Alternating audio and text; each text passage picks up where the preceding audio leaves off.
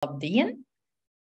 Mēs esam aicinājuši jūs uz vienu no atbildīga biznesa nedēļas šī gada pasākumiem, atbildīga komunikācijas prakse, un šīs dienas sarunu varētu dalīt vairākās daļās. Tās sākumā ieskicēšu atbildīgas komunikācijas principus, kurus mēs, kā Korporatīvās ilgtspējas un atbildības institūts, esam nodefinējuši un iekļāvuši arī ilgtspējas kodeksā, kas tapa pirms gada, lai sekmētu zaļmaldināšanas un jebkāda cita veida maldināšanas novēršanu. Pēc tam būs iespēja ne tikai man, bet arī jums iesaistīties sarunā ar vienu no ilgtspējas indeksa ekspertiem un darba vides sadaļas koordinātoru Jāni Gredzenu no Organizācija attīstības centra Spring Valley. Un būs iespēja dzirdēt arī, manuprāt, brīnišķīgu pieredzes stāstu tieši par iekšējo komunikāciju, par darbinieku iesaisti šobrīd ļoti būtiskā ilgtspējas jautājumā, kas saistīts ar dažādību, un ar to dalīsies Swedbank eksperta Inese Blaubrēķe. Jā, tad par ilgtspējas kodeksu. Ilgtspējas kodeks ir tāda brīvprātīgu principu kopums, ko mēs izstrādājām kopā ar dažādiem ekspertiem, lai vienkāršā veidā izstāstītu uzņēmumiem un jebkurai arī citai organizācijai interesantam, kas tad ir tie svarīgākie principi, lai īstenotu atbildīgu pieeju un tādējādi arī izvairītos no, kā jau es jau minēju, no dažādiem maldināšanas riskiem. Un, ja mēs runājam attiecībā uz komunikāciju, tad arī ilgtspējas indeksā viens no mūsu novērojumiem šo vairāk nekā 10 gadu laikā ir, ka virkne uzņēmumu joprojām izmanto komunikācijā dažādus vispārīgus apgalvojumus, kas bieži vien tiek darīts neapzināti, dažkārt iespējams arī apzināti, un rada tādu iespaidu par izcilu sniegumu vai nu sociālajos, vai vides, vai pārvaldības aspektos. Un kā tas izskatās praksē, tādā vienkāršotā veidā, bieži mēs arī ilgtspējas indeksa tieši novērtējumā redzam, ka uzņēmumi tā vietā, lai runātu par konkrētiem mērķiem, kurus tas plāno sasniegt, vai par konkrētiem rezultātiem, drīzāk izmanto tādas vispārīgas frāzes, kā mēs rūpējamies par darbiniekiem, vai mēs rūpējamies par vidi, glābjam planētu. Un bez konkrētiem skaitļiem, bez konkrētiem apliecinājumiem, tas ļoti bieži var radīt arī nepareizu priekšstatu par to, kāds tad ir uzņēmuma faktiskais sniegums. Tas nozīmē, ka nevienmēr varbūt šie apgalvojumi ir nepatiesi, bet bez faktiem arī patērētāji, klienti vai darbinieki nevar būt par to pārliecināti. Dažkārt uzņēmumi var izvēlēties, piemēram, un runā par aspektiem, kuros tie jūtās ērti, pārliecināti, kur iespējams arī ir labs sniegums, tomēr izlaiž tādus jautājumus, kur iespējams vēl ir nepieciešami uzlabojumi. Tieši klimata ietekmes kontekstā, protams, pēdējos gados droši vien arī jūs esat pamanījuši un mūsu novērojumi rāda, ka aizvien biežāk tiek izvēlēts apzīmējums ilgtspējīgs produkts vai pakalpojums. Es jau kādreiz minēju, ka laikam tāds interesantākais piemērs, ko es lasīju kādā mēdīju virsrakstā, bija ilgtspējīga atzīmju sistēma skolā. Un jautājums par to, vai vienmēr šis apzīmējums tiek izmantots vietā, un kas tad būtu tā pareizā pieeja, kā lietot apzīmējumu ilgtspējīgs. Un ekspertu ieteikums ir runāt par visu produkta dzīves ciklu. Nevelti es arī šajā slaidā iekļāvu attēlu ar iepirkuma maisiņu. Tas ir iespējams viens no vienkāršākajiem piemēriem, kā saprast, ka nevienmēr tas, kas mums šķiet ilgtspējīgākā vai atbildīgākā izvēle, vai kas tiek pasniegta kā ilgtspējīgākā atbildīgākā izvēle, patiešām tā ir. Jo, ja mēs skatāmies uz šo iepirkuma maisiņu, tad, protams, visatbildīgākā izvēle būtu vispār izvairīties no jebkāda iepirkuma maisa lietošanas.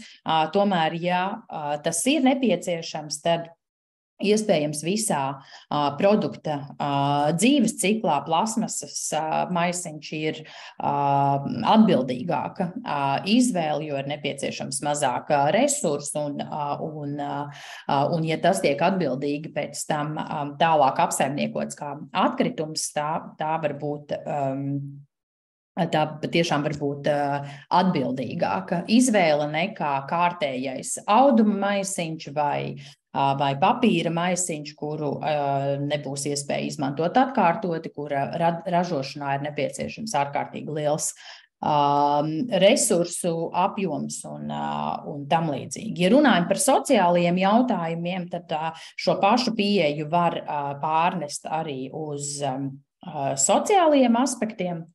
Un atkal šeit mūsu novērojumi rāda, ka uzņēmumi ļoti bieži runā tieši par savu ietekmi, par to ietekmi, kas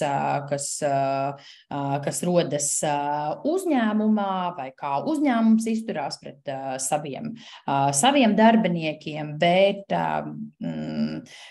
salīdzinoši daudz retāk tiek komunikācijā uzsvērts vai minēts vispār, kā tiek nodrošināts, ka cilvēktiesības vai cilvēku cienīgs atalgojums, darba apstākļi tiek nodrošināti arī uzņēmumā piegādes ķēdē. Un trešais princips, ko mēs arī esam iekļāvuši ilgtspējas kodeksā un kas šobrīd kļūst ar vien būtiskāks, ņemot vērā nefinanšu ziņošanas vai ilgtspējas ziņu atklāšanu, kas lielajiem uzņēmumiem būs obligāta, bet šobrīd noteikti ir svarīga ikvienam uzņēmumam, ikvienai organizācijai neatkarīgi no darbinieku skaita vai šī mēroga. Tad attiecībā uz komunikāciju mūsu aicinājums arī neatstāt šos datus un informāciju par savu sniegumu vides vai sociālajos pārvaldības aspektos tikai gada pārskatam vai ilgtspējas pārskatam. Mūsu aicinājums ir īstenot šādu datos balstītu komunikāciju arī citos kanālos, tā skaitā sociālajos tīklos un iespējams mēdīju attiecībās un citur. Tad runājot gan par savu uzņēmumu ietekmi, gan arī par sasniegumiem, patiešām balstīties uz konkrētiem rezultātiem, kas to apliecina. Un šeit tāds papildus ieteikums no mūsu puses, kas arī ir balstīts novērojumos. Ir uzņēmumi, kas patiešām arī izmanto datus savā komunikācijā, tas notiek arvien biežāk. Tomēr pat izmantojot datus, dažkārt tiek negribētu lietot vārdu slēpta, bet nevienmēr vai ļoti reti drīzāk uzņēmumi atklāja, kas nav sanācis. Kad drīzāk dati tiek izmantoti, lai parādītu, ka mums viss ir sanācis, ka mums bija definēti, izvirzīti vieni vai citi mērķi, un mēs uz tiem virzamies, bet joprojām ir ļoti grūti atzīt, ka kaut kas nav gājis, kā mēs plānojām vai bijām iecerējuši.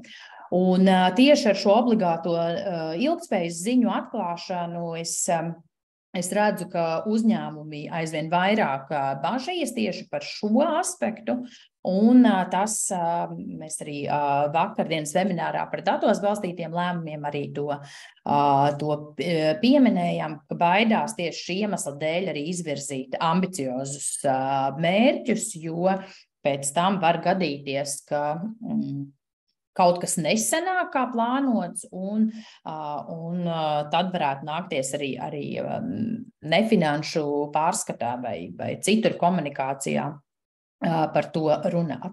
Uzreiz var teikt, ka tieši no tāda kvalitātes viedokļa saturs, tā skaitā nefinanšu pārskats, kurā uzņēmums ir spējis runāt arī par to, kas nav sanācis, viennozīmīgi rada lielāku uzticamību nekā komunikācija, kur uzņēmums tikai slavē sevi un dalās tikai ar saviem veiksmes stāstiem. Un patiesībā šī ir arī tāda atziņa no pēdējo pāris gadu dažādiem pasākumiem, konferencēm, kur nākas vēlāk dzirdēt arī atgriezenisko saiti no klausītājiem, ka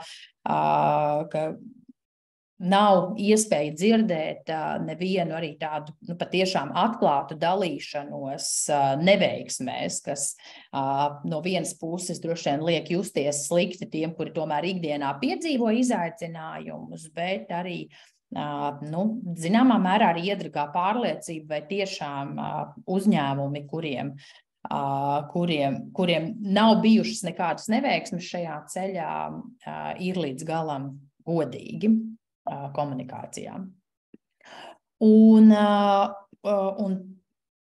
pēdējais tieši no ieteikumiem, kurus mēs esam iekļāvuši arī mūsu izstrādātajā ilgtspējas kodeksā attiecībā uz atbildīgu komunikāciju, ir dažādu apliecinājumu izmantošana, un šeit šī zaļmaldināšanas risku ir ļoti daudz, un mēs redzam, ka tā ir tāda izaicinājumiem pilna nozare joma, un kā tas izpaužās, ka visbiežāk uz produktu iepakojumi, bet pēdējā laikā arī esam redzējuši arī dažādus piemērus attiecībā uz komunikāciju par pakalpojumiem, kur tiek izmantoti tādi apzīmējumi vai apliecinājumi kā burtu salikumi bio, eko un tam līdzīgi dažādas arī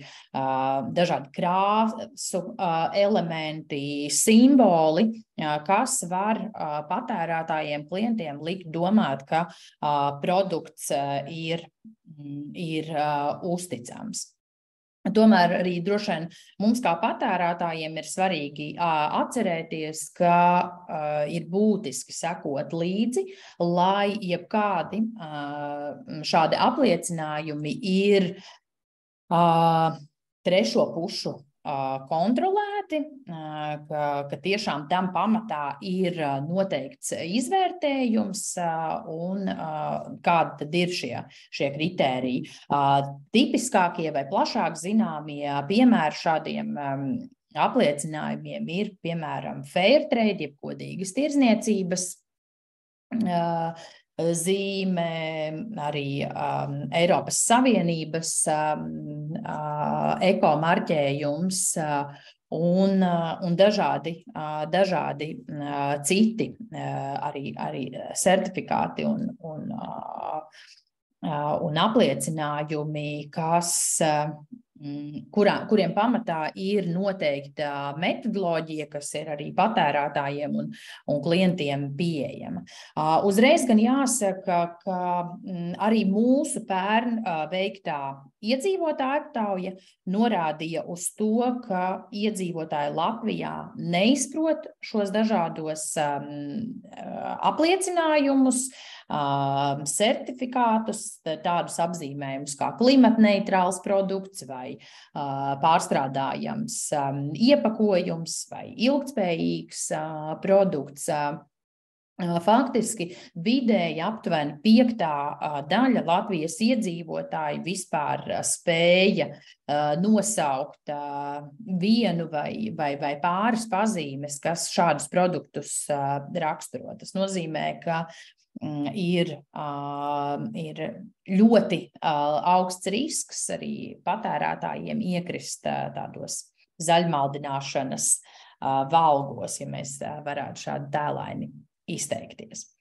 Un runājot par iedzīvotāju bažām un šī brīža noskaņojumu, jāsaka, ka tas ir saistīts ne tikai ar zaļmaldināšanu, kur aptuveni 3. daļa Latvijas iedzīvotāju atzīst, ka neusticas uzņēmumu solījumiem, bet pirmkārt es gribētu, un arī mūsu šodienas saruna virzīsies tieši šajā gultnē, uzsvērt, ka lielākā daļa Latvijas iedzīvotāju netic arī savu darba devēju solījumiem, dažādiem apliecinājumiem. Un tieši tāpēc par tādu iekšējo komunikāciju un komunikāciju ar darbiniekiem mēs šodien gribētu parunāt īpaši. Jāni, man prieks, ka tu varēji šodien atlicināt laiku un pievienoties sarunai.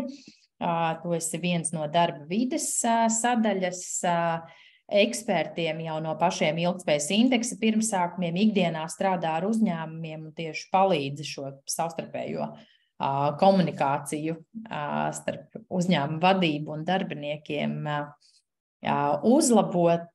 Kādi ir tavi novērojumi tieši attiecībā uz komunikāciju, iekšējo komunikāciju? Faktiski, runājot par šo te iekšējo komunikāciju, ķeroties vērsim pie ragiem, ir tā, ka šobrīd ļoti izplatīta ir digitālā komunikācija, tas ir numur 1.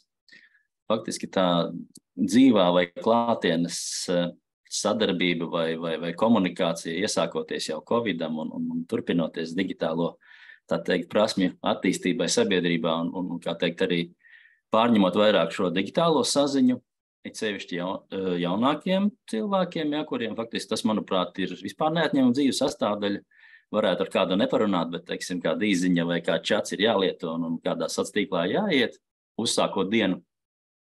Tad faktiski tas ir arī organizācijās ļoti, teiksim, pamanāms. Un faktiski tas, ar ko šobrīd organizācijas cīnās, ir, ja tajā brīdī, kad sākās visi Covid un tās lietas bija, kā mēs tagad strādāsim attālināti un kā šos cilvēkus mēs mēģināsim, tā teikt, dabūt uz virtuālajām mājas vietām, tad šobrīd ir pilnīgi pretēja problēma, kā mēs šos cilvēkus varētu dabūt atpakaļ, lai šo komunikāciju kaut, reizi nedēļā, 2 reizes mēnesī vai kaut kā tā padarītu par klātienes, lai mēs viens otru arī redzam, jūtam, saprotam un varam parunāt ne tikai par darbu, ka tev šodien ir 3 lietas jāizdara, bet arī parunāt, kā tev iet, un kas notiek, ko, protams, var izdarīt arī attālināti, un faktiski ar šiem ārējiem izaicinājumiem strādājot, vadītāju slodze ir palielinājusies krietni, lai komunicētu ar darbiniekiem. Nu, ja kādreiz pietika sarīkot sapulci, satiekamies, izrunājam, viss labi, ejam tālāk, un tad koridorā satiekamies, padzeram kafiju vai nezinu, izejot vienkārši laukā, vai nu dažiem elpojot svaigu gaisu, vai izmantojot kādu kaitīgāku ieradumu, tad nu, šīs sarunas un viss šis notika daudz vairāk. Ja? Šobrīd tas ir ar šiem visiem ārējiem iespaidiem mainījies, un vadītājiem tas ir, nu, tā teikt, pieaudzis sloks vēl vairāk, ja, lai šo, teiksim, savu komandu noturētu kopā. Tas, manuprāt, ir viens no šiem aspektiem. Komunikācija, sadarbība ir šie divi vārdi, kas faktiski šobrīd ir daudz organizāciju vadītāju, nu, nezinu, negribētu teikt galvas sāpes vai izaicinājumi, bet, nu, dienas kārtībā viņi katru dienu. Un ar tiem ir jāstrādā, un tie ir jāplāno, un tie ir kaut kādā veidā jādara. Ja? Nevis, teiksim, gadījums līdz gadījumam, vai, ja kaut kas notiek, tas saucam, skrienam, dzēšam, bet faktiski pie viņiem jāpiestrādā, un, lai arī tie darbinieki vai tie potenciālie darbinieki, kas gribētu nākt uz šo organizāciju strādāt, jau iepriekš, nu, var teikt, var sajust šo organizācijas gaisotni, vai caur sociāliem tīkliem, vai tiekoties ar kādiem darbiniekiem, vai citādā veidā, nu, jā, kaut kā šādi ievadīt. Ar ko tavuprāt ir saistīti šie arī dati, ko atklāja aptāja, ka lielākā daļa Latvijas iedzīvotāju netic darba devēju apgalvojumiem vai solījumiem dažādos jautājumos? Nu, šeit jau faktiski tā organizācijas jau arī savā veidā ir kā spogulis. Ja mēs pastamies uz šo te izglītības darbinieku sarunu ar valdību, kas risinājās, es nezinu, jau turpinās cik gadu garumā, tad reizēm organizācijām arī līdzīgi. Iespējams, ka pirms pandēmijas ir pateicis kāds solījums, ka mēs izdarīsim šādas un tās lietas, taču vide mainās un cilvēki arī. Un, protams, kad ir ļoti labi, ja gan darbinieks, gan vadītājs viens otru saprot un viens otram var uzticēties, taču sākoties visiem šiem, nu, tā teikt, ārējiem aspektiem, šī plaisa palielinājās. Tas ir viens. Otra lieta ir tas par šīm te vadītāju prasmēm un sapratni, ja, lai šī informācija vai šī komunikācija dažādos organizācijas līmeņos notiktu adekvāti. Jo stāsts par to, ka mūsu organizācijai tagad ir, nezinu, tur lieli zaudējumi, mums iet grūti, tai pašā laikā organizācija, nu, nezinu, attīsta dažādas citas lietas, kas faktiski liekas tīri nesaprotami, tad mums iet grūti vai kā tad mums iet. Jo cilvēki, darbinieki skatās no darbībām, kas notiek reāli organizācijā. Viena lieta ir tas stāstītais, ja, bet nākamais ir dati, par ko Dats šodien tu arī runāja, kad nu, šiem datiem ir vajadzīgs tas uzticamības kaut kāds sertifikāts bez mazvai, ja, un ir vadītāji, kuriem iespējams varam uzticēties, un ir, kuriem nē. Un šī gadījumā, nu, ir ļoti grūti teikt, ka organizācijās visās neviens netic vadītājiem, vai, teiksim, nu, ļoti šaubās par to, ko viņi saka. Ja, runājot, vai jo faktiski jau darba devējs savas šīs ziņas vai informāciju sniedz ar vadītājiem. Vai tas notiek kaut kādā informatīvā veidā, rakstot vai kaut kā savādāk, bet šī informācija nāk. Protams, ir arī tajā otrajā pusē darba devējiem grūtības, kad reizēm kaut kāda informācija jau ir izskanējusi presē un darbinieki uzzina no preses, kas tad īsti organizācijā X ir noticis. Nu, tur neko nevar izdarīt, jo faktiski vienlaicīgi visiem noziņot tāpat kā, nezinu, kaut kādas trauksmes gadījumā ir diezgan sarežģīti. Un daudzās organizācijās šāda sistēma vēl pirms sākās visi šie lielie satricinājumi, ieskaitot karu Ukrainā, vispār bija ļoti sliktā stāvoklī, lai varētu kaut kā kopā reaģēt un izdarīt kaut kādas lietas. Ja atgriežamies pie tās neticības, nu jā, tad faktiski tas, kas to dara, tā ir organizācijas vadība, kas kaut kur ir kļūdīsies, kaut ko pateikusi. Un tad ir šī spēja, nu kā tagad runā par to terminu ievainojamību, bet faktiski ir spēja atzīt kļūdas. Un tas, ko tu Dats arī minēji, šī kļūda atzīšana ļoti grūti padodas. Ja? Un aiz šīs kļūda atzīšanas faktiski ir arī cilvēcība un datu ticamība arī par to, kā mēs par ko runājam. Tajā ziņā es domāju, ka vadītāji daudz grēko un darbiniekiem tad šī uzticības saite ar vadītāju nerodas. Viņi nevar rasties, ja vienkārši vienreiz mēs sakām vienu un darām kaut ko citu. Bet vai nespēja atzīt kļūdas ir tāda, nezinu, kopēja iezīme Latvijas uzņēmumiem? Tu redzi, ka tā ir, nezinu, daļa varbūt vietējās mentalitātes, vai tam varētu būt kādi citi iemesli? Pirmkārt jau ir pēc organizācijas mērķiem, mums viss ir jādara pareizi, lai mērķus sasniegtu. Ja? Mēs gribam būt teicamnieki. Tas ir vienai lielai daļai, un tur neko nevar mainīt. Tas jau dažiem ir pat, tā teikt, šūpuli ielikts, ja? Kad faktiski par to ir jārūpējās un teikt, ka kaut kas gājis slikti. Tas nav labais tonis un tā tālāk. Un iespējams, ka tas ir viena daļa, bet ir arī organizācijas, es gribētu teikt, kuras spēja atzīt šīs kļūdas, un faktiski viņas ir veiksmīgākas. Viņas spēja atzīt kļūdas, viņas spēja mainīt savu attīstības virzienu, un, piemēram, ir sastādīts jau, stratēģija vai gada biznesa plāns, taču ir skaidrs, ka tas nenotiks un nedarbosies dažādu iemeslu dēļ, teiksim, arī šis ārēji aspekti, kas bija tāpat arī šis karš, kas šobrīd notiek, kur kaut kāda piegādātāja ķēde pārtrūkus, kaut kas ir mainījies. Cik ātri un cik adekvāti var rīkoties uzņēmējs vai organizācija, lai kaut kā aizstātu šīs lietas, vai sāktu radīt kaut ko jaunu vietā, vai meklētu kaut kādu palīdzību, vai restruktūrizētos, vai kaut kā mainītos. Bet, tad ir jāspēj atzīt šo, ka mēs pieņēmām šo lēmumu, bet mēs redzam, ka viņš nav pareizs. Līdz ar to mēs šo jautājumu atceļam, nevis turpinām braukt cienā. Ir organizācijas, kas reizēm turpina braukt cienā, un tad reizēm mēs skatāmies, ka kaut kāds no tirgus dalībniekiem vai ir pazudis, vai ir, teiksim tā, nav vairs tik labs, kā bija iepriekš. Paldies tev. Šobrīd arī tu kā ilgtspējas indeksa eksperts redzi, ka ilgtspējas jautājumi ir arvien aktuālāki, aizvien vairāk publiskajā telpā redzam uzņēmumus, kas vēl pirms dažiem gadiem varbūt teica, ka vides vai kādi citi jautājumi viņus neskar. Šobrīd ik viens sevi cienošs uzņēmums saka, ka šis mums ir būtiski, mums ir svarīgi saglabāt planētu, rūpēties par darbiniekiem, par dažādību. Un ļoti bieži tas ir arī tāds uzņēmuma vērtību jautājums. Tu ikdienā ļoti daudzu gadu garumā strādā ar vērtību jautājumu.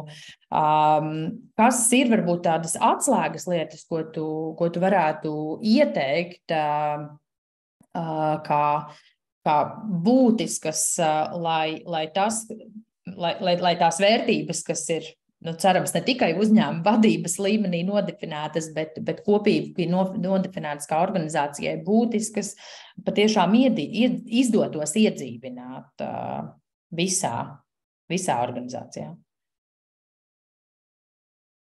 Šeit parasti ir divi virzieni. Viens, lai mums būtu viss skaisti, būtu mājaslapā, būtu uz sienas un cilvēki, teiksim, priecātos, ka mums ir šādas jaukas vērtības, un pēc tam jau skatīsimies, ko ar viņām darām, kas varbūt šobrīd ir diezgan krasi mainījies, jo vērtību pēc nav vajadzīgs veidot. Faktiski tas ir cilvēkam ienākot organizācijā, redzot, ka vērtības kaut kur ir attēlotas, vai es nezinu, vai uz ekrāna parādās, kad viņš ieslēdz datoru, vai ir uz sienas, vai kaut kas, tas, protams, ir skaisti. Tas nozīmē, ka pie viņām kaut kas tiek domāts vai strādāts, bet vispār pirms ķerties viņām klāt būtu jādefinē mērķis, kāpēc mēs šo gribam darīt. Jo ir organizācijas, kas definējot šo mērķi, jau saprot, ka mēs gribētu, teiksim tā, piesaistīt darbiniekus, kas atbild organizācijas vērtībām. Un tad, lai nonāktu līdz šīm vērtībām, ar vadības sanāksmi vai pasēdēšanu vai brainstormingu nepietiks, un sarakstu, kurā būs, sākumā 10, pēc tam vienosimies par 5, un tālāk jau mēs viņus nokomunicēsim, būs diezgan sarežģīti, tas prasīs ilgu laiku, bet iesaistot visus darbiniekus, tas arī būs ilgs laiks. Taču tad, ja šie darbinieki būs iesaistīti šajā procesā, sapratīs, kā tās vērtības var pielietot, vai tieši otrādā, kuras no tām īsti neder, bet viņas ir tāpēc, ka smuki izklausās, tas ir tās ļoti grūts process. Un te ir stāsts par to, ka vērtības reizēm mēs gribam nodefinēt, mēs gribam palaist un gada laikā, lai viņi sāk strādāt. Tas ir tāds maldīgs priekšstats faktiski. Šodien piedalās arī Svetbanka pārstāvis, un faktiski vērtību lieta, tur ir jau gadiem, un negribu teikt 10, bet tas ir ļoti grūts process, lai visu šo dabūtu pie dzīvības, lai tas strādātu. Lai cilvēki nākot uz organizāciju, jau domātu, šeit par šo runā, un ne tikai raksta uz sienas, vai darbinieki spēj noskaidīt šīs vērtības. Caur viņām tiek darbinieki ienāk kolektīvā. Vērtības tiek izmantotas arī pie ikgadējās novērtēšanas. Ar vērtībām mēs strādājam, lai radītu kaut kādus jaunus produktus, respektīvi, viņas ir visur klātesošas. Tad tas ir tas varbūt ideālais variants, ka es šobrīd saucu, bet faktiski, ja tas mērķis ir izvirzīts, tad soli pa solim tajā virzienā šobrīd dodas, es nezinu, ļoti daudzas organizācijas. Reti ir, kur es neesmu dzirdējis, ka šis jautājums ir kļuvis aktuālāks. Bet, protams, tā ir droši vien arī kaut kāda modes lieta, ja, jo, ja vērtības jums ir, tad ir labi, un ja vērtība jums nav, tad kaut kas ar jums nav kārtībā. Tā gluži nav, iespējams, viņas ir, bet ir saucamās definētās vērtības un vērtības, kuras dzīvo. Un šīs dzīvās vērtības, jebkurš darbinieks ierodoties organizācijā, pirmās nedēļas laikā sajūtīs pilnā košumā, ja, vienalga, kas arī nebūtu rakstīts viņiem tais priekšrakstos iekšā. Un tad, tas salīdzinājums, vai manējās ir īstās vai nav, vai, teiksim, stāsts par to, ka darba diena ir ļoti precīzi noteikti, un viņi beidzas 6, bet vakarā vadītājs saka, zini, būtu baigi forši, ja tomēr līdz 8, cik man tā vēl pastrādāt. Tad jautājums, kā mums ir ar šīm lietām, ja, un šo uzticamību gan datiem, gan organizācijām. Runājot par datiem, mēs redzam, ka uzņēmumi un arī citi darba devēji aizvien aktīvāk izmanto dažādas aptaujas. Par to mēs noteikti arī vēl ar Inesu arī aprunāsimies, bet šie panākumi un darbinieku atsaucība mēdz būt dažāda.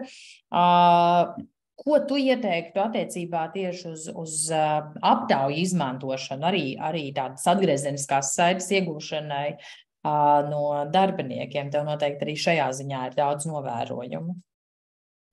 Viens no pirmajiem ir tas, ka šīs aptaujas nebūtu jādara regulāri un daudz, jo tad darbinieki sāk jau viņās pazust, ja, un tad ir atkal kārtējā, un šī arī ļoti svarīga, un nākamā arī ļoti būtiska, un tas viss prasa laiku iedziļināties un to izdarīt. Tas ir viens. Otra lieta, šiem aptauju datiem ir pēc tam jāparādās kaut kādā veidā dzīvē.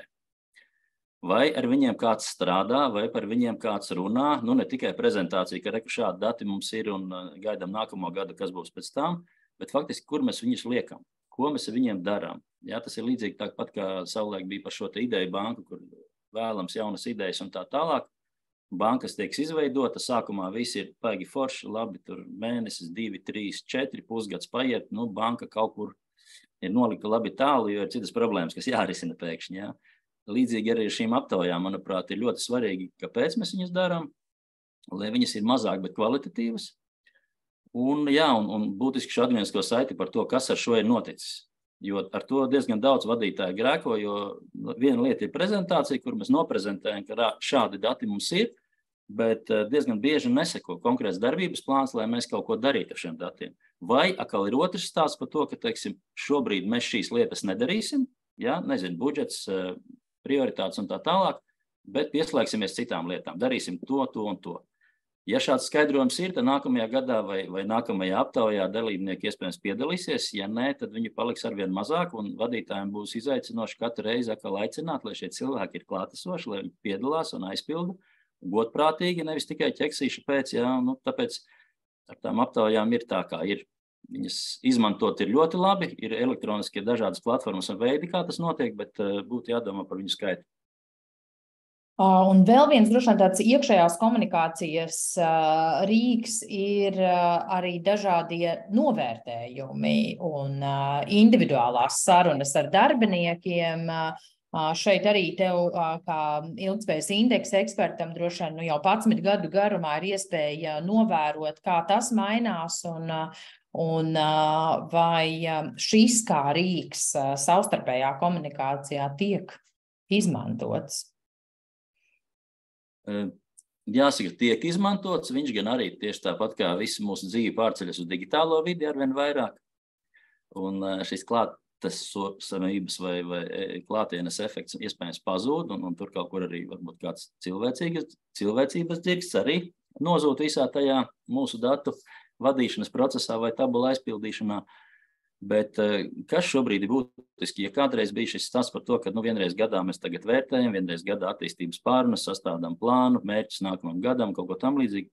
Faktiski šī, manuprāt, jau virzās lietas stipri uz pagātni, jo gan mērķi mainās, gan mūsu dzīve mainās, gan prioritātes un dažādas lietas organizācijas līmenī. Un tieši tāpat viņām būtu arī jātiecas uz darbiniekiem un viņu gan mērķiem, gan šiem attīstības plāniem, kuriem ir jābūt, bet viņiem jābūt gan elastīgiem.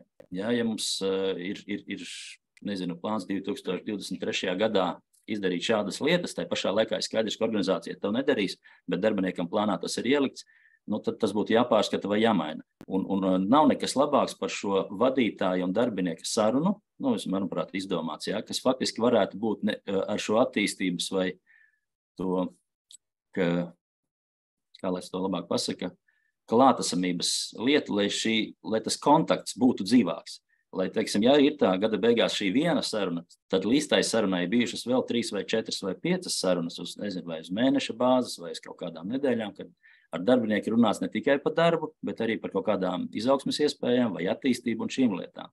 Un viņa motivācija, jo nav noslēpums, ka šobrīd organizācijās ļoti pieaug šis darbinieku aprite, kad viņi, teiksim, īsti nav apmierināti ar esošo darbu, vai īsti nav apmierināti ar esošo vadītāju, vai nav šī kontakta vai komunikācijas ar vadītāju, un viņi sāk pārdomāt par darbu maiņu un tā tālāk un tā joprojām. Kas faktiski ir tāds kā, tāds sniega valnis no kalna, kad sāka ritināties, ja vadītājs šo vilni uztver tikai gada beigās, tad faktiski viņš jau ir apakšā un tur nekas vairs nevar notikt. Viņam tas jādara krietni biežāk. Bet, kā mēs zinām, tad vadītājiem jau šobrīd darbu pietiek ar visām citām lietām, bet šīs te attīstības un novērtēšanas lieta ir jādara biežāk, lai varbūt šī garā saruna gada beigās arī būtiski iespējams ir, bet ir arī šīm mazām sarunām jābūt. Pretējā gadījumā tam nav īsti jēga. Jā, un tad bieži vien droši vien tas ir tas brīdis, kad darbinieks ir iespējams vīlies vai nejūtas sadzirdēts, un tad seko vēršanās arī uzraudzības kontrolas institūcijās, un arī mēs jāatzīst, arī saņemam gan ar ilgtspējas radara starpniecību, gan bieži tas notiek pēc ilgtspējas indeksa rezultātu paziņošanas, ka darbinieki arī izmanto mūs kā iespēju padalīties dažkārt ar savu sāpi, un, kā jau tu teici, ir grūti noslēpt no darbiniekiem, ja kādā no aspektiem mēs varbūt gribam ārēji demonstrēt labāku sniegumu nekā tas ir patiesībā. Darbinieki vislabāk to redz.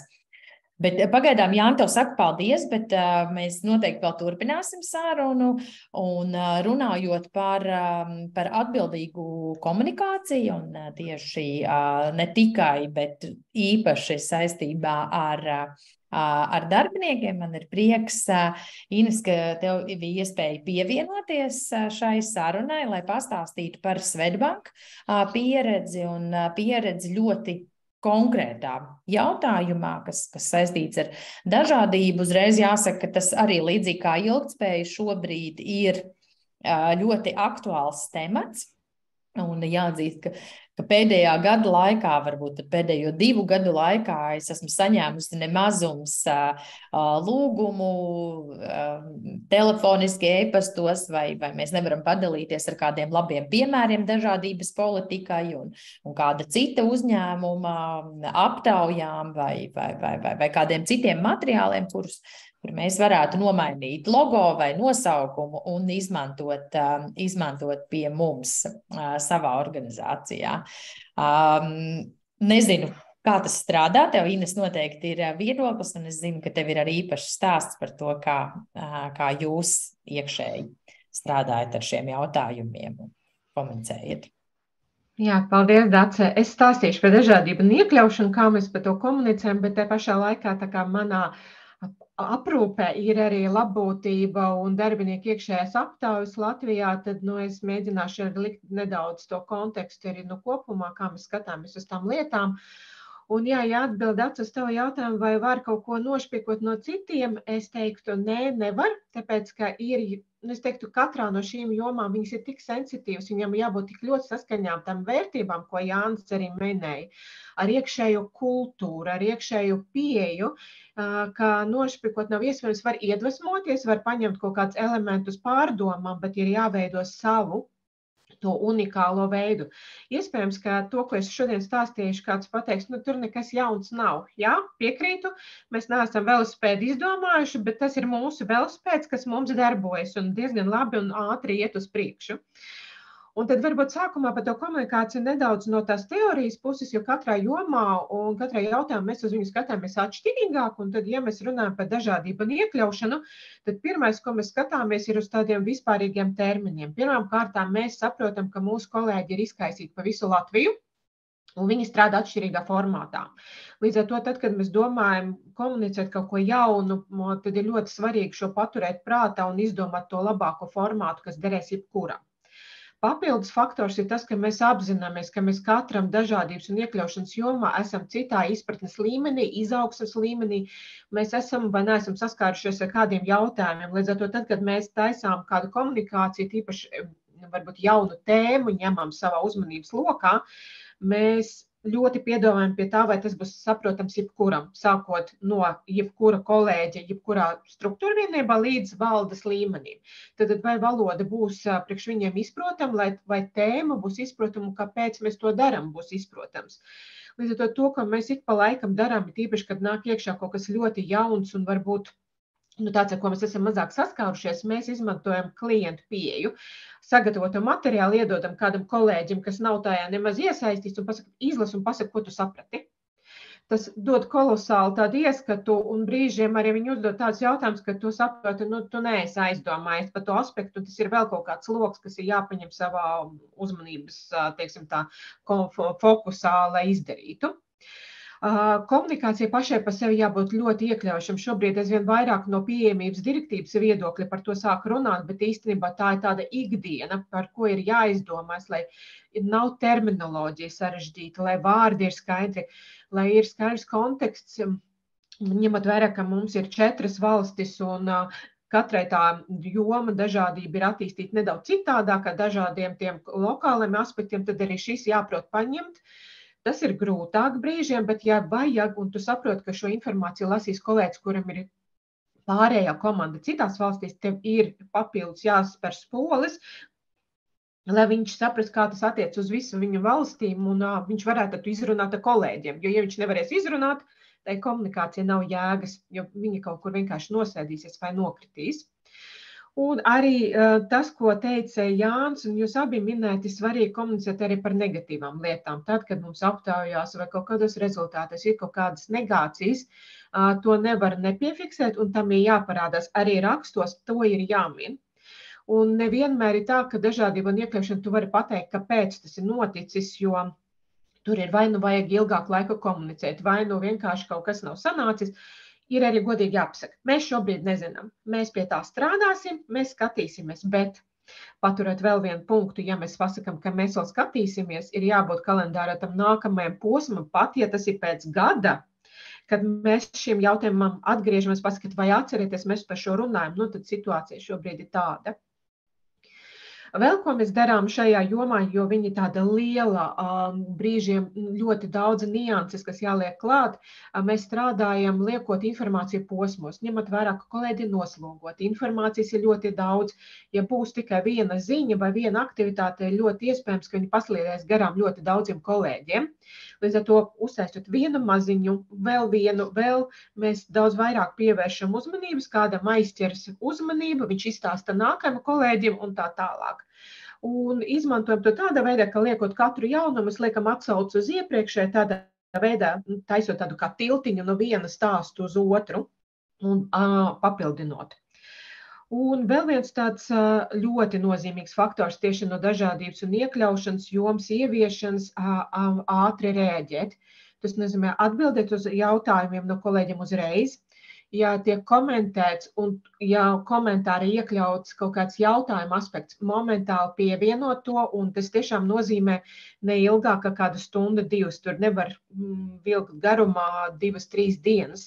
Arī tad, kad tev vajag padomāt, pieliekam komentāru, ka apdomāsim un nāksim atpakaļ. Un līdzīgi ir arī ar kļūdu labošanu un citu informāciju. Piemēram, mums ir bijis gadījums, ka palaižam aptauju, esam ieviesuši nesen jaunu kritēriju dzimumu identitāti, un šajā aptaujā esam šo jautājumu aizmirsuši. Kolēģi uzreiz pievieno, kā tā, kāpēc nav, tad godīgi atzīstam, jā, esam kļūdījušies, piedodiet, tiešām tas taču jāliek klāt šādi, pēc ikonas izlabosim. Tā kā, tikai šādā veidā var parādīt, ka tas notiek dzīvajā. Vēl ir ļoti svarīga tā sadarbība starp komandām un cilvēkiem, kas ievieš vai komunicē ar kolēģiem, jo, piemēram, es redzu kā savu lielāko partneri komunikācijas komandu, kas vislabāk pārzina kolēģis. Viņi zina, kādi kanāli, kādā formā, uz ko nostrādās. Līdz ar to katra komunikācija, tas ir arī mini projekts. Mēs izdomājam, vai mēs gribam uzrunāt, uzzināt viedokli, iesaistīt vai ko citu, un tad mēs domājam kombināciju no aktivitātēm. Vai tas būs raksts plus e-pasts, vai tas būs uzaicinājums caur e-pastu, vai tas būs kalendāra atgādinājums ar kaut kādu materiālu. Tad variantu ir ļoti daudz.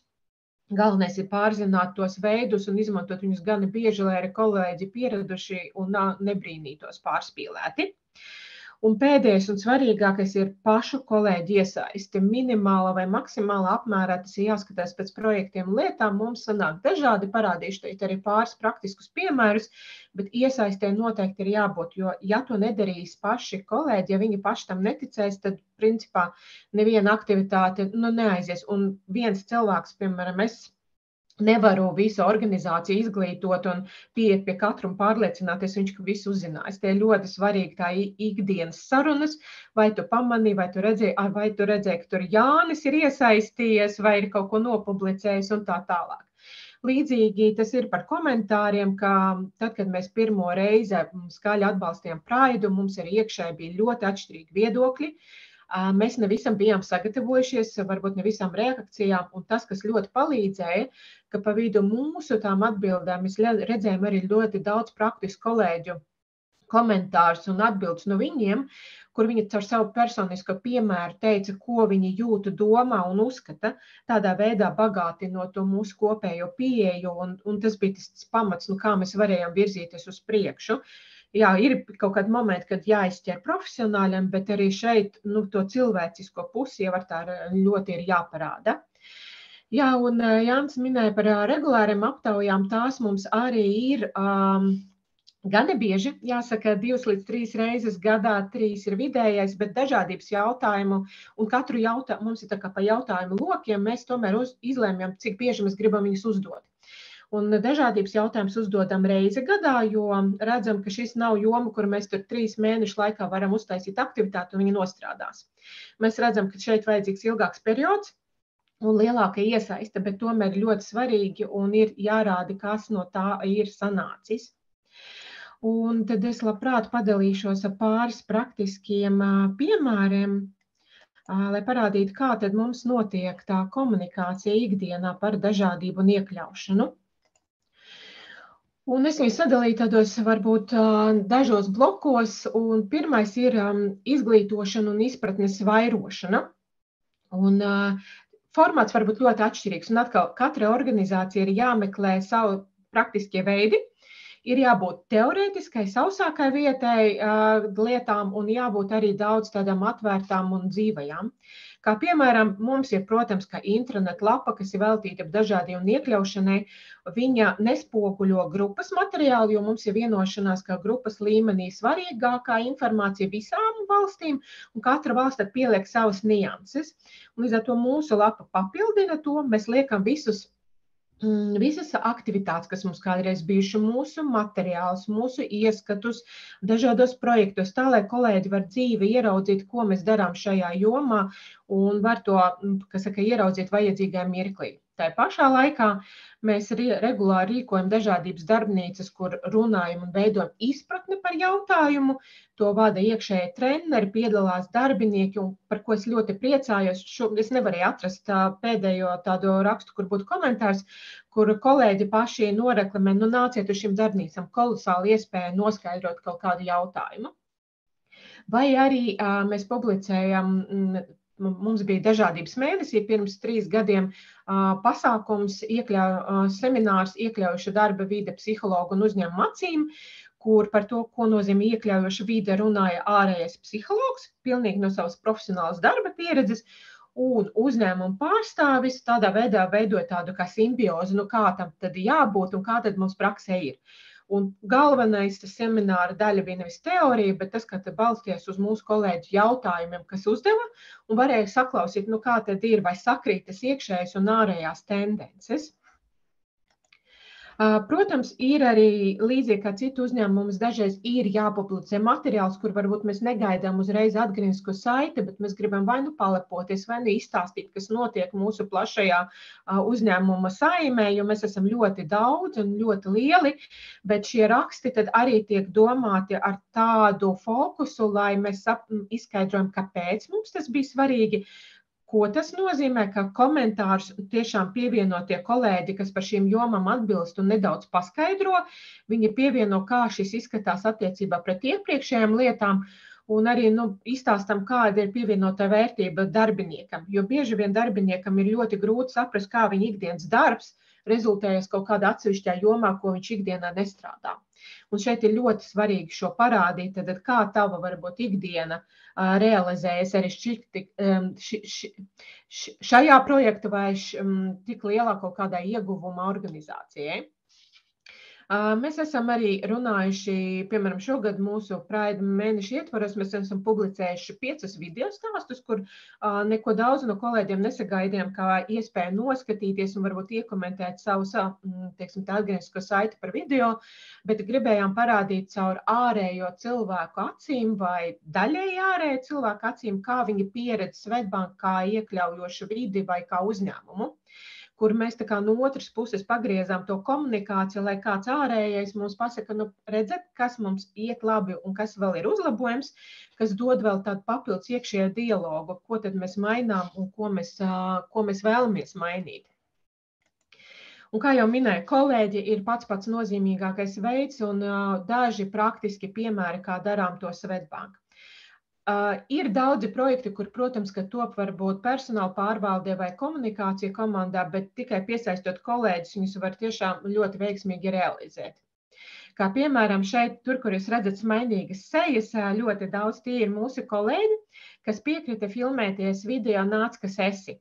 Tas ir mūsu iekšējais tāds stāsts par to, ka mēs tiešām gaidām pie mums uzņēmumā strādāt visdažādākus cilvēkus ar dažādiem hobijiem, dzīves uzskatiem, dažādām lietām, ko viņiem patīk un nepatīk darīt. Un mēs tiešām uzrunājam katru no viņu, nācām ar stāstiem, viņi ieteica citus kolēģus, šādā veidā veidoja to kopējo izpratni, un es ticu, ka katrs no viņiem tiešām šobrīd ir gatavs pieiet pie jebkura un pateikt, nāc, kas esi, un ar savu piemēru to arī parādīt. Cits piemērs mēs veiksmīgi esam ierosinājuši, tas gan ir grupas līmenī, tāds kā līderības arēnas, tās ir paneļa diskusijas par tēmām.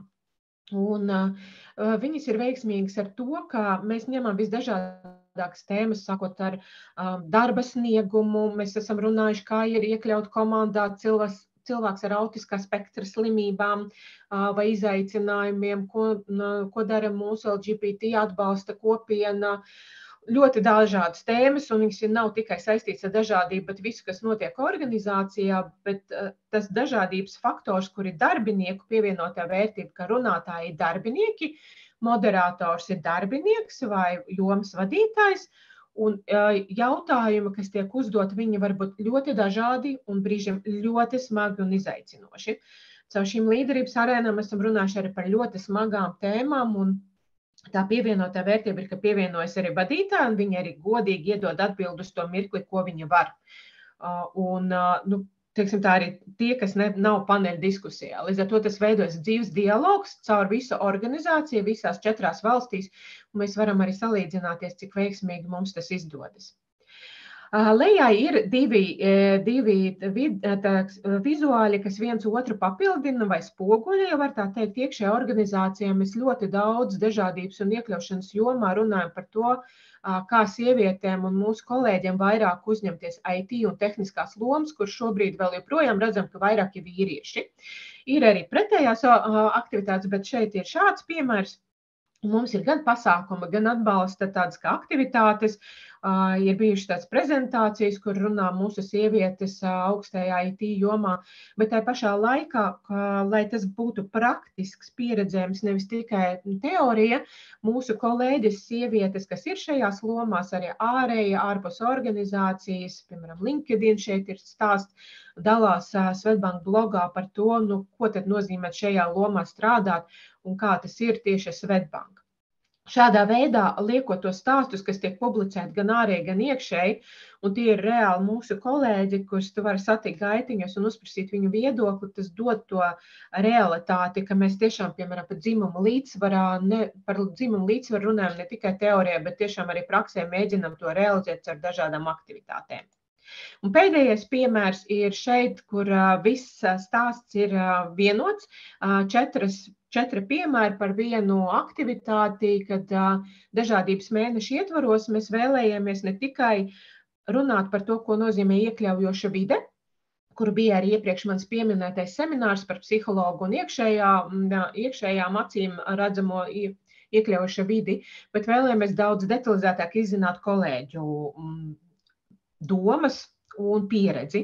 Un līdz ar to šajā gadā mēs izmantojam izveidot vēl papildus aptauju, kas nebija obligāti, bet ko mēs aicinājām aizpildīt, un aicinājām kolēģis izstāstīt savus stāstus. Un te ir blakus ir uzreiz redzams, ka tikai daļiņa no raksta, kur mēs arī sniedzām pēc šīs aptaujas atgrieznisko saiti, cik daudzi kolēģi piedalījās, kāda bija pievienotā vērtība, un pievienojam šim rakstam arī visus atvērtos komentārus tādā konsolidētā veidā, lai kolēģi var redzēt, cik ļoti atšķirīgi mūsu viedokļi par dažādām lietām. Tā pašā laikā izveidojam infografikas, ko varējām izmantot gan kā banerus, gan dažādos citos dažādības pasākumos, gan ievietojot liftos, kas centrālajā ēkā strādā, varēja tur ar viņiem iepazīties, lai nedaudz vairāk izzinātu, kā tad kolēģi jūtas un vai sakrīt ar savām domām. Kā arī viens no veiksmīgākiem šīs aktivitātes, teiksim, tā posms bija tiešām kolēģu stāsti.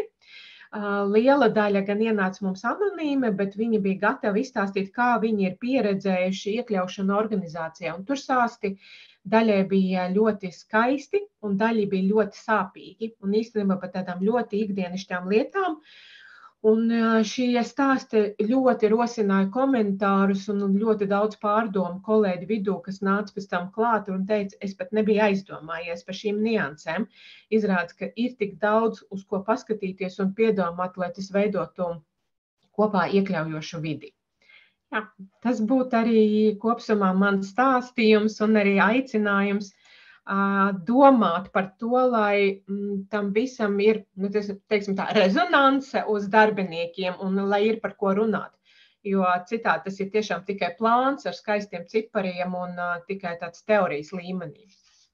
Paldies, Ines, arī par brīnišķīgajiem piemēriem. Mums ir arī jautājums no Alīnas. Viens no aspektiem, kas raisa, un droši vien Jānis var piekrist, mēs par to arī esam daudz runājuši, kas raisa vienmēr tādu, varētu teikt, šūpošanos ar iekšēju, ir saistīts ar atalgojumu. Tas ir, protams, ļoti svarīgs jautājums, un arī Alīnas jautājums ir par to, kāda ir Swedbank pieeja attiecībā uz iekšējo komunikāciju, atalgojuma atšķirībām vienai vakancei Baltijas valstīs. Vai kolēģi neuztver šādu tipu atšķirības kā nevienlīdzību? Alīna jautā. Jā, te būtu, es domāju, manu kolēģi Andu jāpiesaista, un viņa varētu kāds pāris stundiņas šiem atvēlēt, lai izstāstītu visas detaļas, bet kopsumē tā, ka tad, kad pirmkārt mēs sapratām, ka mēs vēlamies, lai mūsu kolēģiem ir ļoti liela izpratne par to, kā veidojas atalgojums. Viens no jautājumiem, kas ir regulāri darbinieku aptaujā, tieši vai tu izproti, kā veidojas tavs atalgojums. Un tieši tur kolēģi ļoti bieži pievieno, teiksim tā, vēl papildus komentārus atvērtos, no kuriem mēs varam izķert varbūt problemātiskās lietas. Un tad, kad mēs izlēmām, ka mēs gribam, lai ir viss par atalgojumu ļoti skaidrs, ka mums ir ne tikai zināms principi, kā mēs ar to strādājam, bet arī ir publicēta atvērta informācija par visiem atalgojumu līmeņiem organizācijā, mēs ļoti praktiski un detalizēti strādājam ar to, lai darbiniekiem izskaidrotu un iedot to informāciju, kāpēc tā atalgojuma atšķiras katrā valstī. Jo tad, kad vakance tiek publicēta arī šobrīd ārēji, piemēram, starp valstīm, tad tur arī var redzēt, ka atalgojums katrā valstī ir atšķirīgs. Līdz ar to mēs esam jau saviem kolēģiem detalizēti izskaidrojuši, kur ir tā atšķirība, kā veidojas, ko katra valsts nosaka likumdošanas pusē un kā tas kopsumā veidojas un kā arī katru gadu principā atgādina par to, kā mēs vispār veidojam šos principus un kā veidojas atalgojuma šķērs katrā valstī. Arī kandidātiem mēs cenšamies skaidrot šo informāciju, lai rodas izpratne. Nevarēšu kolēģi vietā pateikt, cik detalizēti, bet jā, tam ir jābūt ļoti detalizēti izstāstītam. Un tā, lai to var izdarīt nevis tikai viens kolēģis, bet jebkurš, kurš varbūt ir jāieskatās iekšā tajā informācijā, bet principā tas ir brīvi un ātri pieejams, un atkal tas ir diezgan skaidrs, neatkarīgi no tā, kur tu strādā. Jāni, tev arī paldies. Tev arī droši vien ir kas piebilstams attiecībā uz atalgojumu. Es varu teikt no savas puses, šobrīd ir vairāk novērojumi tieši attiecībā uz šo aspektu, arī publiskajā komunikācijā. Arī bieži mēs esam saņēmuši komentārus arī par dažiem ilgtspējas indeksa dalībniekiem, kur varbūt sludinājumā ir norādīts viens atalgojums, pēc tam izrādās, ka cilvēks jau pretendē uz šo atalgojumu, tad izrādās, ka tas ir vai nu tikai pēc pārbaudes laika, vai vēl ir vairāki dažādi citi nosacījumi, kas nāk klāt. Tā kā atalgojuma jautājums ir tiešām būtisks. Un otrs novērojums kopumā attiecībā uz atklātību atalgojuma jautājumā, ja mēs redzam starptautiskos uzņēmumus, kas īpaši attiecībā uz augstākās vadības atalgojumu to atklāti komunicē, jau paskrienot pa priekšu regulējumam, kas arī šāda veida informāciju liks atklāt, tad šeit Latvijā šobrīd mēs redzam, ka tāda ļoti liela piesardzība. Tas, ja mēs runājam par komunikāciju, tas ir jautājums, kur uzņēmumi nelabprāt atklāja datus. Jāni, kādi tavi novērojumi attiecībā uz šo? Jo mēs arī esam kopīgi īstenojuši dažādas aptaujas, kur ļoti bieži parādās, ka tas ir tāds galvenais gandrīz bāžu avots arī darbiniekiem. Mans novērojums ir tāds, ka vēl joprojām, teiksim, sabiedrība organizācijas kopumā mēģina kaut kā necīnīties, bet ieteikt skaidro atalgojumu principu virzienā, ja, jo šobrīd tai sludinājumos viņi ir jāliek, ka tikko tā visa lieta sākās, bija ļoti lielas bažas daudziem, ko mēs tur rakstam, kā tas viss notiek, vai tur liekam bruto, vai liekam pirms pārbaudas, pēc pārbaudas, kā šie cipari veidojas. Un arī šobrīd ir nācies sastapties ar organizācijām, kuras saka, jā, sludinājumā šis ir iekšā, un tad ir jautājums, vai tajā skaitlī iekšā ir arī visi kaut kādi papildus bonusi, vai tur, nezinu, piemaksas un kaut kas tam līdzīgs, vai tas ir tikai tīrais atalgojums bruto, kas ir, teiksim, šī līgumā. Ar šiem cipariem spēles turpinās. Bet būtiskākais ir tas, ka šis atalgojums ir vai nu ļoti, jā, es varu tikai atbalstīt Ineses stāstu par to, ka viņam jābūt gana skaidri izsaprotamam. Kāpēc šīs algu atšķirības? Jo, kā mēs saprotam, mēs visi strādājam, bet nestrādājam visi vienādi, visiem nav viens amats, visi nav vienā līmenī, visi nav vienādi atbildīgi un tā tālāk. Līdz ar to šī atšķirība atalgojums būs vienmēr.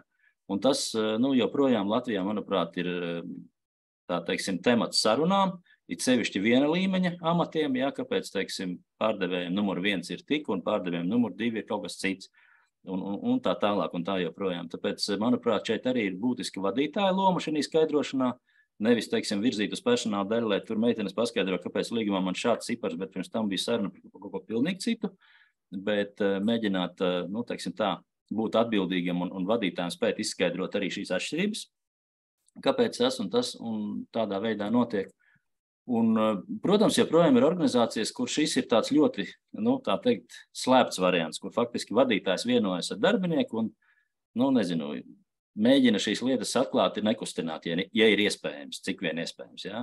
Tāpēc tā divi pretpoli ir vieni, kas iet tajā virzienā, lai viss būtu skaidri principi un viss maksimāli skaidrs un arī starp šīm Baltijas valstīm, jo arvien vairāk organizācijas ir, kuras strādā starptautiski un, protams, arī ir jomas, kuras ir starptautiskā līmenī un līdz ar to arī neskatoties to, ka organizācijās ir kaut kādi noteikti atalgojuma līmeņi, ir kādam speciālistam, nezinu, vai saistīts ar datorlietām, vai saistīts ar kādām hibrīdu uzbrukuma padarīšanām vai jauniem pilnīgi amatiem, kuri tikko radušies. Faktiski šie atalgojumi noteikšana ir diezgan labs izaicinājums arī organizācijām. Bet, lai dabūtu darbinieks, viņas pie šie jautājumi strādā un tad reizēm arī kļūdās. Tas ir atkal jautājums par šo, ka mēs mācamies no kļūdām, nevis viņas slēpjam. Jā, tas, man liekas, tā ir viena atziņa, ko no šodienas noteikti var paņemt līdzi, ka svarīgi ir atzīt kļūdas. Jūs arī abi apstiprinājāt. Ines, tu minēji, ka arī tavā darbā ir ļoti svarīga sadarbība jums kā personāla funkcijai, sadarbība ar komunikācijas funkciju. Mēs redzam, un arī iedzīvotāju aptaujas parāda, ka bieži citās organizācijās mēdz iet dažādi, droši vien jau arī jums gadās izaicinājumi. Gribu jums abiem ar Jāni jautāt, kas pēc jūsu novērtējuma, kas ir tie galvenie iemesli, kāpēc rodas šīs atšķirības publiskajā komunikācijā un iekšējā komunikācijā? Kur ir tie galvenie klupšanas akmeņi, kam ir jāpievērš uzmanība? Es domāju, ka iemesli varētu būt ļoti atšķirīgi. Viens, ko es uzreiz varētu teikt, ka iespējams, ka te nav izveidots tāds nākamo soļa izvērtēšana, jo mēs darām kaut ko iekšēji, un mēs nepadomājam, kā mēs to parādīsim ne tikai mūsu kolēģiem, bet kā mēs to parādīsim jebkuram, kas atnāks uz mūsu organizāciju, potenciāli kandidāti, mūsu klienti, mūsu sadarbības partneri. Un kā mēs to kopsumā varbūt parādīsim ārēji par to, ka mēs vispār ka šī joma vai šis darbs mums ļoti svarīgs. Jo organizācijas bieži vien arī mēs esam kaut kādus jautājumus, esam bijuši uzmanīgi, ļoti ilgi neesam komunicējuši. Un tieši tad ir ļoti svarīgs tāds, ja drīkst tā cilvēciski teikt, spēriens no ārpuses, no kolēģiem, no komunikācijām vai no sadarbības partneriem, kas uzjautā, kā jums iet, un tu esi gatavs tajā mirklī atvērties un dalīties, jo saproti, ka arī šīs dalīšanas vai šaubu posms ir ļoti svarīgs. Bet es domāju, mums kā Latvijas organizācijām uz to ir ļoti grūti vispār stāstīt par neizdevušām lietām, par grūtām lietām. Mums vēl joprojām ir sokas ļoti grūti, jo, man liekas, Jānis sākumā teica, mums ir teicamnieka sindroms. Noteikti tas ir. Otrs ir, ka es esmu arī sastapusies arī mums brīžiem, ir nācies pie tā piedomāt, ka mums iekšējās aktivitātes varbūt nevienmēr iet paralēli ar ārējām, un organizācija ir tik liela, ir tik daudz aktivitātes, kur mēs iesaistāmies, un ir vajadzīgi papildus piepūle, lai sasaistītu tās lietas kopā, un īstenībā tam tad ir daudz lielāka pievienotā vērtība. Ja mēs darām kaut ko ārēji, padomājam, kā mēs to parādām iekšēji, kā mēs to varam attiecināt atkal uz mūsu kolēģiem vai uz mūsu darba vidi un arī otrādi. Jo tad rodas daudz, tev ir jāizdara mazāk, savā ziņā jāpiepūlās kaut kādā posmā, bet īstenībā tu iegūsti dubultā no tā, jo tu iegūsti daudz plašāku skatījumu uz jautājumu. Bet tas ir arī tāds izaugsmes jautājums. Jāni, kamēr tu vēl apdomājies, atcerējos, runājot par šo ārējo komunikāciju un iekšējo, tas gan bija pirms jau tagad vairāk nekā 10 gadiem, bet tādu skumju un komisku situāciju vienlaicīgi, kad uzņēmums, kas arī stāstīja, cik svarīgi ir šķirot atkritumus un vispār rūpēties par vidi, kādā ilgtspējas indeksa sarunā sāka sūdzēties, ka viņiem darbinieki nav pārāk aktīvi attiecībā tieši uz atkritumu šķirošanu, un tad tieši to pasakot atcerējās, ka nemaz nav pateikuši darbiniekiem, ka ir ieviesti jauni šķirošanas konteineri birojā.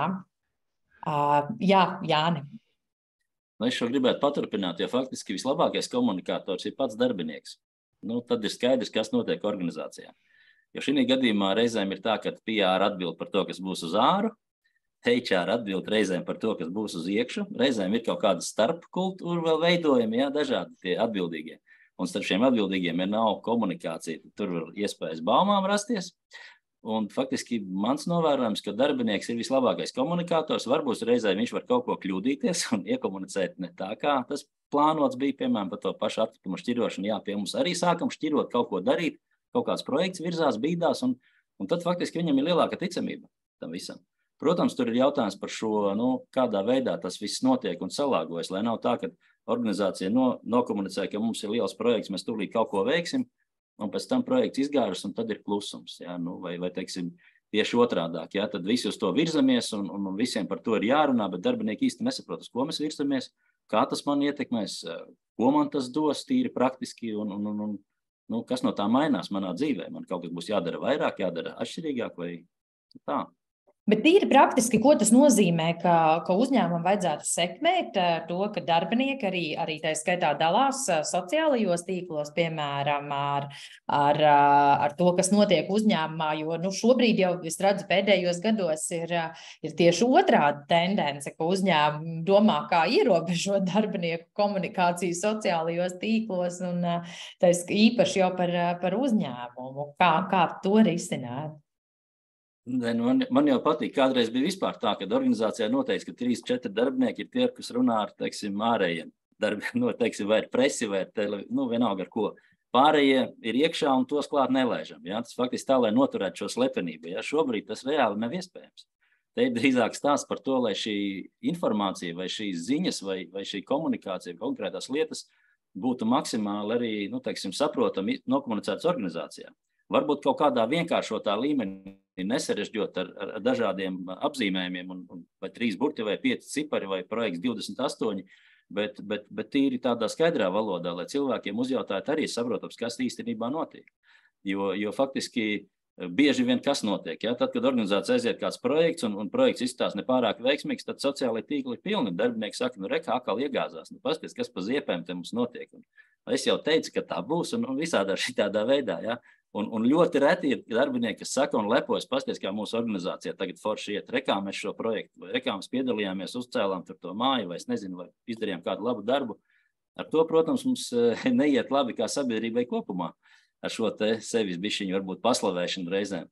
Bet tā pašā laikā es domāju, ka no organizācija puses arī pie šī jautājuma jāstrādā, lai tam darbiniekam ir lepnums, kur viņš strādā, lai viņš ir, ka viņš var teikt, jā, es strādāju organizācijā tādā un tādā, un man ir prieks iet uz darbu. Nevis, teiksim, visu laiku domāt, jā, tagad atkal būs diepes, vai es tur palikšu, kas tagad notiks, kā man algu pacelt, kā man darba pienākums mazāk veikt, vai, nezinu, dažādi jautājumi, ko cilvēkiem galvā ir, un ja organizācija par to nerunā, tad viss lielākā lieta ir tas, kad klusuma vietā rodas baumas, un tad ir ziepes. Un, Jāni, tu uzbūvēji tiltu tieši uz Katrīnas jautājumu. Droši vien jums abiem ir iespēja atbildēt, kā rīkoties, ja kolēģi ir skeptiski par pilnīgi visu. Lai gan uzņēmuma vadība, kā var noprast, priecājas, ka kolēģi iesaistās, dalās, taču ir grūti izskaust negācijas gan par darbu, gan atalgojumu, par iekšējiem pasākumiem. Kāda būtu jūsu ieteikumi šādā situācijā, ar ko sākt? Man būtu melnais humors šī vietā, bet varbūt vārds Inesei labāk šī. Man gribētu dzirdēt, bet jā, es varbūt tad iesākšu. Protams, ka būs vienmēr kolēģi, kuri būs skeptiski par visu. Un tas ir normāli, un atkal tas ir par iekļaušanu, ka mēs saprotam, ka tādi kolēģi ir. Ja mums sakrīt kopsumā iespējas dzīves vērtības, organizācijas un cilvēka, viņš ir labs darbinieks, tad tā arī turpinām. Un šeit ir to cienpilno attieksmi vienam pret otru. Mēs cienam, ka tu nepiekrīti, mēs cienam, ka tu šobrīd nevēlēs šajā būt un nesaproti, kāpēc iespējams. Bet tu cieni, ka mēs to darām, jo mums ir šādi un šādi iemesli, un tiem iemesliem jābūt tiešām faktos vai datos pamatotam. Un otrs, ko es teiktu ar šo kolēģi, ir noteikti kādam jāprunājas, ir jāsaprot, kas ir pamatā. Jo tikpat labi varbūt tās ir personiskās kaut kādas problēmas, iekšēji kaut kādi izaicinājumi, dzīves grūtības, kāpēc šobrīd viņš ir norobežojies no visa. Un palīdzība iespējams ir vajadzīga kaut kur pavisam citā aspektā nekā tajā, kas viņam nepatīk. Un te cilvēciskais faktors būs pirmais, kas varbūt nostrādās un palīdzēs. Bet no tādas dažādības un iekļaušanas viedokļa gribētu teikt, cienpilna attieksme un respektēt to, ka kāds turpat, kur jau kāds ir atnācis, pievienosies daudz vēlāk. Vai kaut kādā citā dzīves posmā. Jo, kā es minēju pašos aizsākumus, mēs katrs esam savā atšķirīgā attīstības posmā, un tas ir pilnīgi normāli, ka mēs pienākam tad, kad mēs pienākam, ja var tā teikt.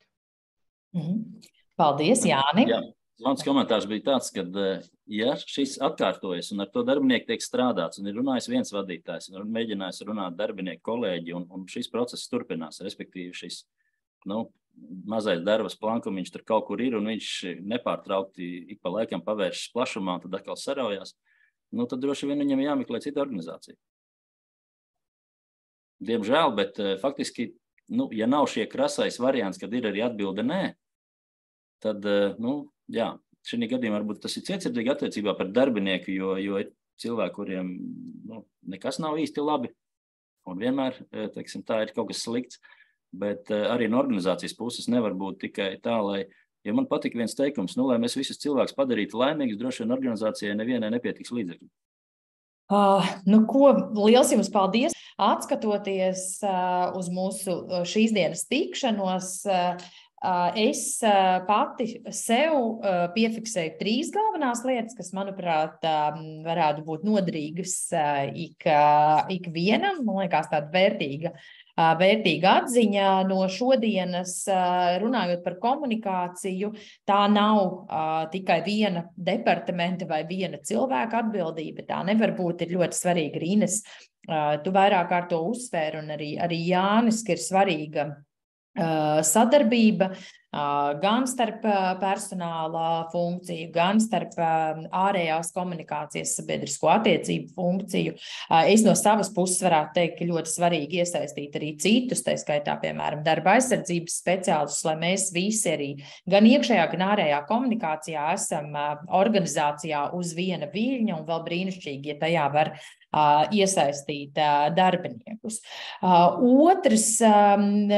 Otrs praktiskais ieteikums ir, Ines, tieši no tava stāstījuma par šo tik vienkāršo jautājumu, ko mēs varam uzdot citiem un kolēģiem, ir, ko tu saprati.